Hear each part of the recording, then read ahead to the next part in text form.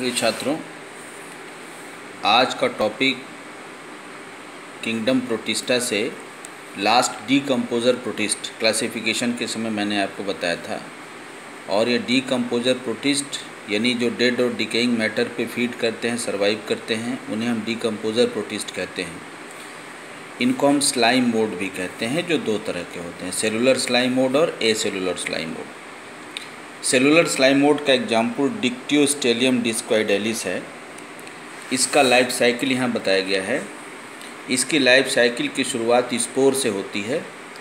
Spore जो कि एक थिक वाल से कवर्ड होता है, और ये स्पोर जब इसका सिस्ट वाल टूटता है फेवरेबल कंडीशन में, तो ये अमीबा जैसे स्ट्रक्चर को फॉर्म करता है जो एक सेल वाल से कवर्ड होता है। इसीलिए इसको अमीबा लाइक सेल कहते हैं, या इसको सूडो अमीबा भी आप कह सकते हैं।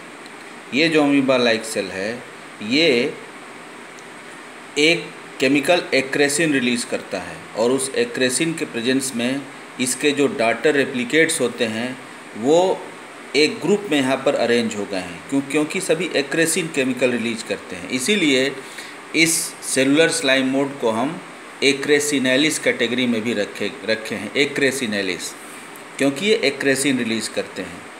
फिर ये जो सेल्स हैं ये हैप्लॉइड हैं, ये सभी हैप्लॉइड सेल्स हैं। ये हैप्लॉइड सेल्स कभी कभी फ्यूज़ कर जाते हैं और फ्यूज़ करके जाइगोट बनाते हैं। ये जाइगोट बना हुआ है। ये जाइगोट मियोसिस में जा कर के फिर से हैप्लॉइड सेल को बनाता है, या कभी कभी ये सारे हैप्लॉइड सेल अरेंज हो करके एक्रेसिन स्टिकी केमिकल होता है, और उस स्टिकी केमिकल के प्रेजेंस में ये एक मास बना लेते हैं, और वो मास सूडोप्लाज्मोडियम कहलाता है, सूडोप्लाज्मोडियम। और ये मास जब जर्मिनेट होता है तो स्पोरोकार्प बनाता है, ठीक। और ये स्पोरोकार्प फिर से स्पोर को रिलीज़ करता है। ये लाइफ साइकिल चलती रहती है, यानी कि इसमें स्टेज क्या है, हैप्लॉइड स्टेज हैं। इसमें कोई डिप्लॉइड स्टेज आपको नहीं मिला है, सारे हैप्लॉइड स्टेज हैं। तो डिक्टियोस्टेलियम डिस्क्वाइडेलिस है। यहाँ पे एक्सप्लेनेशन किया गया है, ये यूनिन्यूक्लिएट अमीबा लाइक होते हैं, हैप्लॉइड होते हैं, ये बैक्टीरिया पे फीड करते हैं, इनमें कोई फ्लैजेला नहीं होता। ये सारे स्ट्रक्चर्स यहाँ पे ये एग्रीगेटेड मास बनाते हैं, सूडोप्लाज्मोडियम अभी मैंने आपको यहाँ डिस्क्राइब किया है। और इसी तरह से ये ग्रो अप होकर के स्पोरोकार्प बनाते हैं, और जो हैप्लॉइड स्पोर होकर जर्मिनेट करता है। ये तो सेलुलर स्लाइम मोड है, जिसका एग्जाम्पल डिक्टियोस्टेलियम डिस्क्वाइडेलिस है। दूसरा है एसेलुलर स्लाइम मोड। एसेलुलर स्लाइम मोड में ये हैप्लॉइड स्पोर फार्म होता है। देखिए, इसमें हैप्लॉइड और डिप्लॉइड दोनों स्टेजेज हैं, जबकि सेलुलर स्लाइम मोड में सारे स्टेज हैप्लॉइड थे, केवल जाइगोट एक डिप्लॉइड था। यहाँ पर हैप्लॉइड और डिप्लॉइड दोनों स्टेज पाए जाते हैं। इसके एग्जाम्पल फाइसेरम और स्टेमोनाइटिस हैं।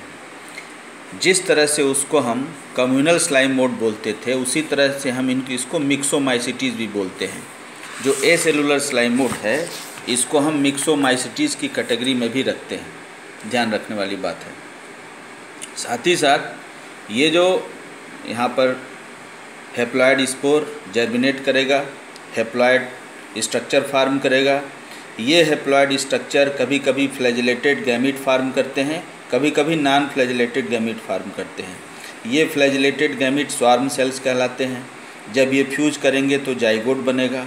अब ये जाइगोट मियोसिस में नहीं जाएगा, माइटोसिस में जाएगा, और ये एक डिप्लॉयड स्ट्रक्चर फार्म करेगा, और वो डिप्लॉयड स्ट्रक्चर मल्टी न्यूक्लिएटेड होगा। ये जो डिप्लॉयड स्ट्रक्चर होगा, ये इसमें तमाम न्यूक्लियस पाए जाएंगे। ये मल्टी न्यूक्लिएटेड डिप्लॉयड स्ट्रक्चर होगा, और इसीलिए इसको हम यंग प्लाज्मोडियम भी कहेंगे। देखिए, प्लाज्मोडियम तो एक मलेरिया काज करता है, आपको मैंने कल एनिमल प्रोटिस्टम बताया था। यहाँ भी इस स्ट्रक्चर को प्लाज्मोडियम कहते हैं।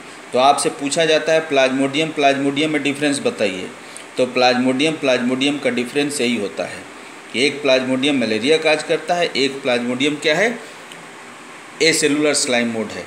फिर ये फ्रूटिंग बॉडी फार्म करता है, फ्रूटिंग बॉडी से स्पोरोकार्प फार्म होते हैं, और स्पोरोकार्प, ये फ्रूटिंग बॉडी कैसे फार्म होगा, देखिए, ये फ्रूटिंग बॉडी तो डिप्लॉयड होगा, लेकिन अब सब मियोसिस में जाएंगे, और हर फ्रूटिंग बॉडी मियोसिस में जा कर के हैप्लॉइड स्पोरोकार्प बनाएगा। एक फ्रूटिंग बॉडी से 4 हैप्लॉइड स्पोरोकार्प यहाँ पे बनेंगे मियोसिस के बाद, और सारे हैप्लॉइड स्पोर रिलीज करेंगे, जिसके बाद आगे की लाइफ साइकिल ये शुरू होगी। यहाँ पर एक्सप्लेन करके बताया भी गया है कि ये मल्टी न्यूक्लिएटेड डिप्लॉयड फेज है। यहाँ आपको यहाँ दर्शाया गया है amoeba young Plasmodium like structure है। तो ये सेलुलर और ए सेलुलर स्लाइम मोड्स हैं, इसको आप तैयार करेंगे। रिटन असाइनमेंट भी आपको दिया जाएगा।